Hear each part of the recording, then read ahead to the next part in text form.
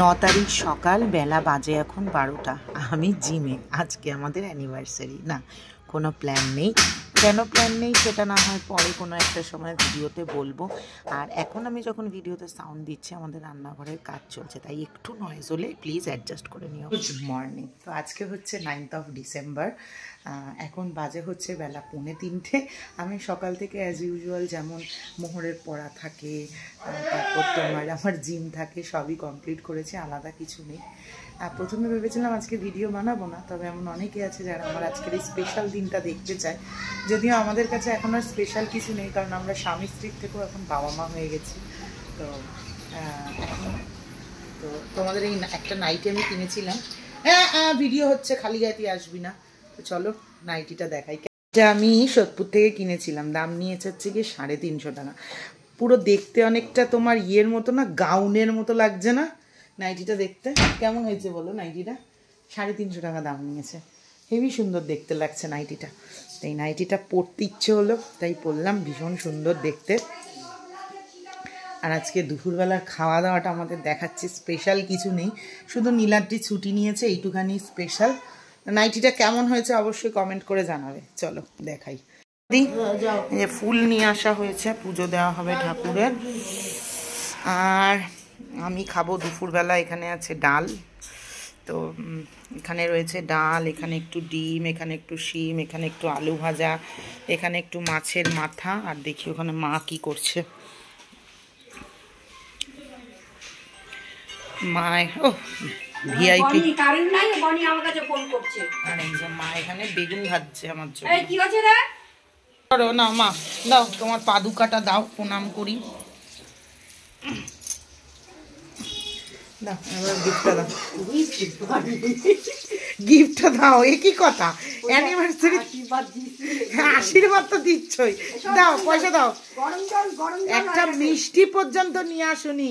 আমার বাবা যখন বেঁচে ছিল আজকের দিনে সকালবেলা আমার জন্য নলেন গুড়ের রসগোল্লা নিয়ে আসতো প্রত্যেক বছর, সেটাও নিয়ে আসুনি মা। সত্যি তুমি মানে কি বলবো, আর আমার মায়ের মতো কিপটে এই পৃথিবীতে একটাও নেই, এক পিস নেই, এক পিস।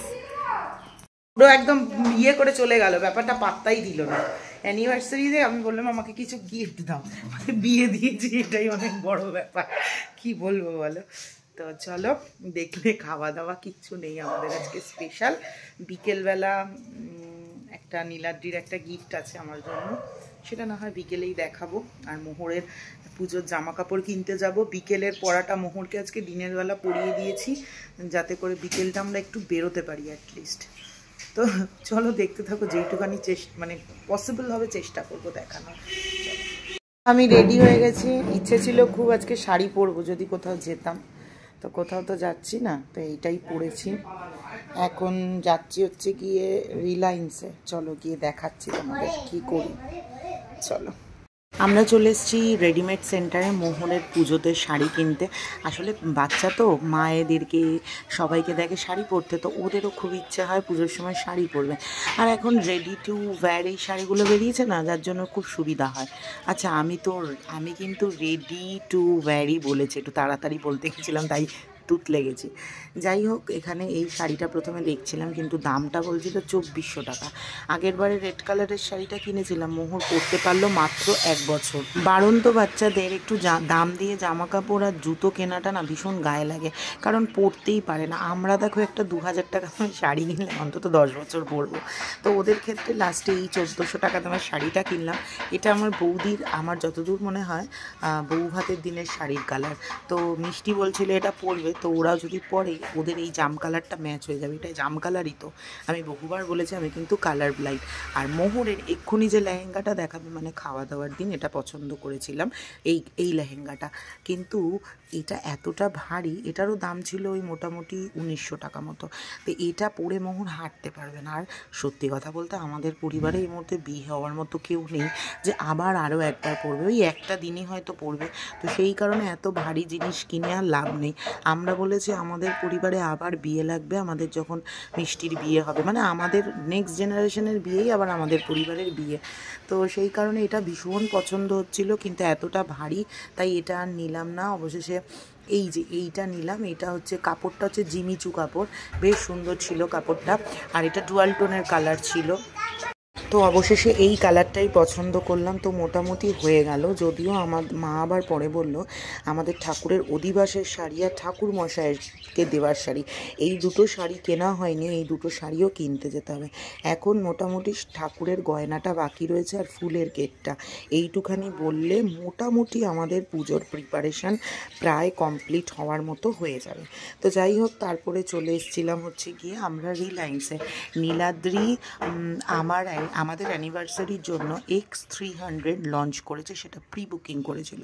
আর এটা রিলায়েন্সের আমরা প্রথম কাস্টমার ছিলাম যারা, মানে আমাদের ব্রাঞ্চে যারা X300টা পারচেস করলো। তো আর এখানে মোহরকে দেখো, বলছে আমি এখন তপস্যা করছি সাধু হয়ে, তো ওই জন্য এরকম টেবিলের তলায় বসে তপস্যা করছে। জানি না আমার মেয়ে কী করবে পরবর্তীকালে।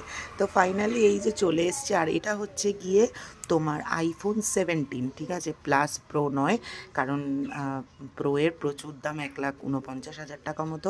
এতগুলো টাকা এই মুহূর্তে ফোনে আমি ইনভেস্ট করতে পারবো না, যদিও এখন কেউ ফোন ক্যাশ টাকায় কেনে না, আমরাও ইএমআইতেই কিনেছি। তো এই দুটো ফোন কেনা হলো আমার জন্য। তোমাদেরকে বলেছি যে আমার আইফোনটাতে একটুখানি প্রবলেম হচ্ছে, মানে আইফোনটাতে অটো ফোন অফ হয়ে যাচ্ছে, মানে ক্যামেরা অফ হয়ে যাচ্ছে, সেই কারণে খুবই দরকার ছিল।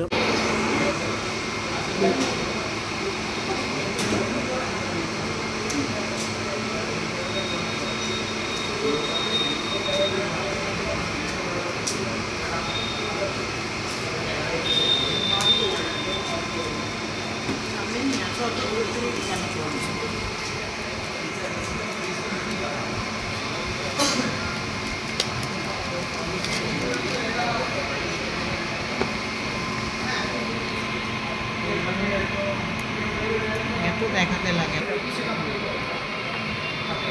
আইফোনের লিংকটা আগে দিয়ে দিস।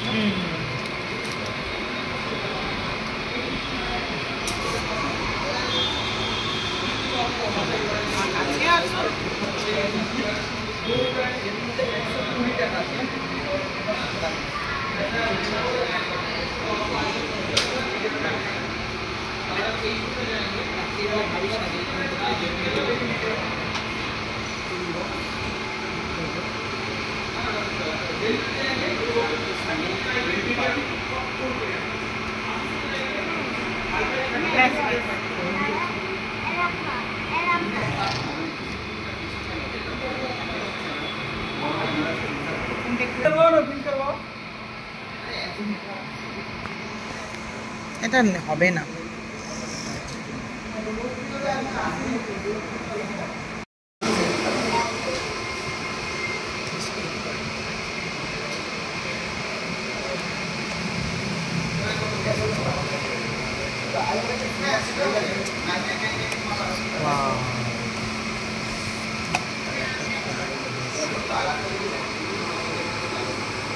তোলো তোলো তোলো।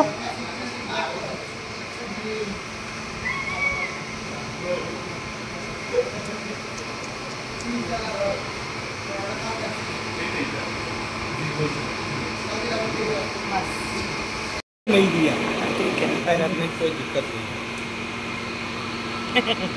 ईगोर के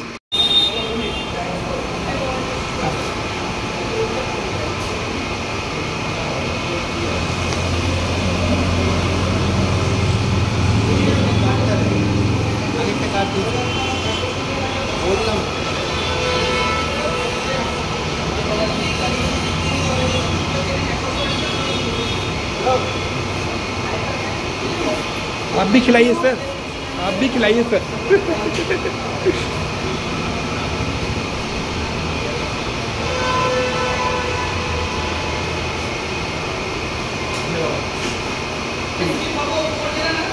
दे रहा।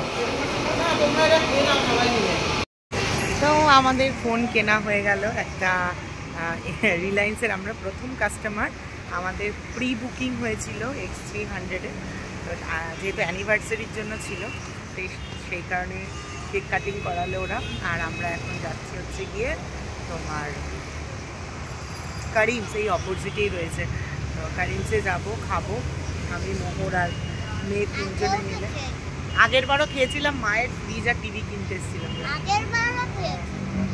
চলো আইফোনটা নিলাম, কারণ বলছিলাম আমি খাওয়ার ভিডিও আইফোন দিয়েই করি। আর আমার আইফোনটাতে একটু প্রবলেম হতো, ওটা 128 জিবি ছিল। প্রবলেম হচ্ছে বলতে ভিডিও করতে করতে না ভিডিও অফ হয়ে যাচ্ছে মাঝে মাঝে। এবার বলবে স্পেসের প্রবলেম, তার জন্য না আর আইফোন রিপেয়ার করা, এই জন্য আমি নিয়ে নিলাম। আমার তো একদমই নতুন, ভিডিও পারপাসেই শুধু ইউজ হয়েছে। আমার 14+ নীলাদ্রি নিয়ে নেবে, আর আমি 17 দিয়ে আমি ভিডিও করব। চলে এসেছি এই পাড়া সোনা, এই পাড়ার ওই গাড়ি, আজকে কারিমসে খাবো। চলো চলে এসেছি, চল চল চল চল চল চল চল চল।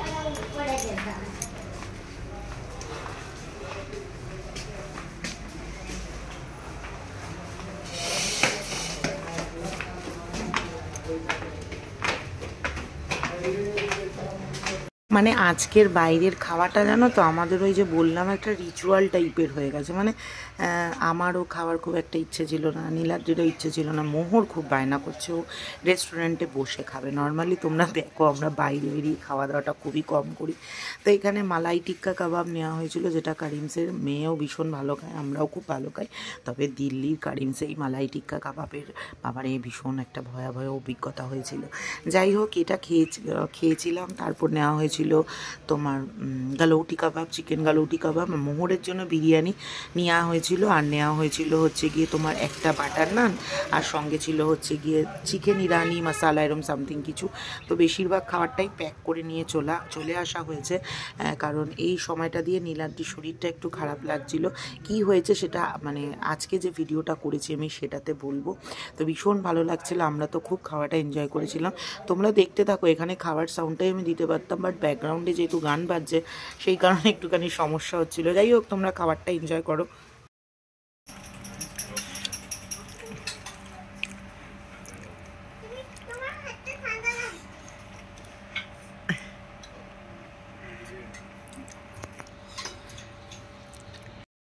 তো এখানে দিয়েছিল হচ্ছে কি গালৌটি কাবাব, আর এটাও মোটামুটি ভালোই ছিল খেতে।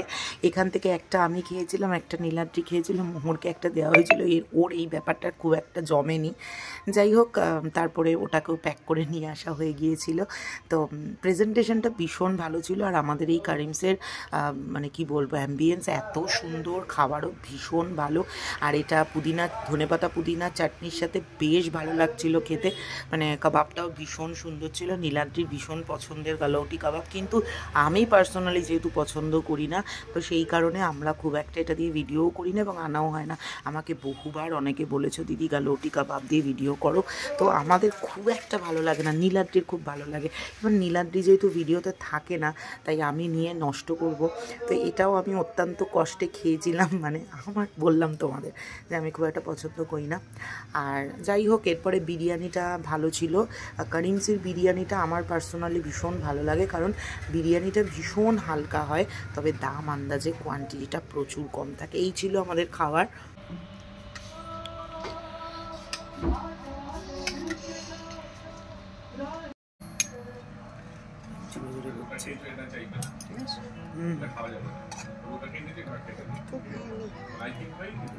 তুই দিচ্ছ নি, নে পরে কমিয়ে দেবো আমরা।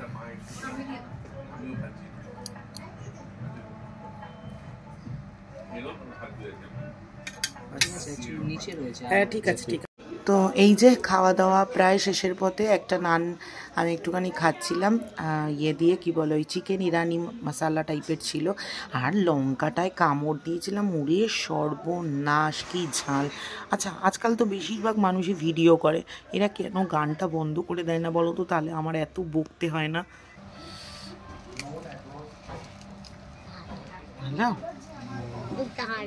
দারুণ।